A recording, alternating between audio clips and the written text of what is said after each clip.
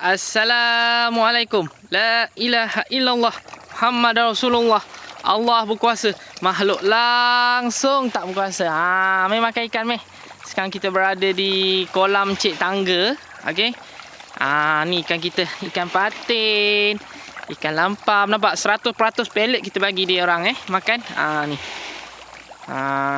Ikan tilapia merah. Okey, kita baling belakang sikit lah. Yang mana belakang-belakang tu yang tak dapat ke depan, kita boleh bagi makan. InsyaAllah ada rezeki. Nanti bulan 12 ni kita akan tuai ikan kita. So sekarang bulan 9.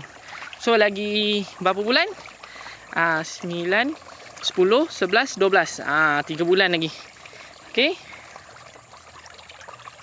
Alright. Ni ikan kita.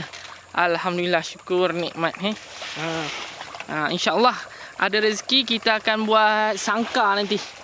Okey, kita akan buat sangkar untuk pembenihan yang baru lah.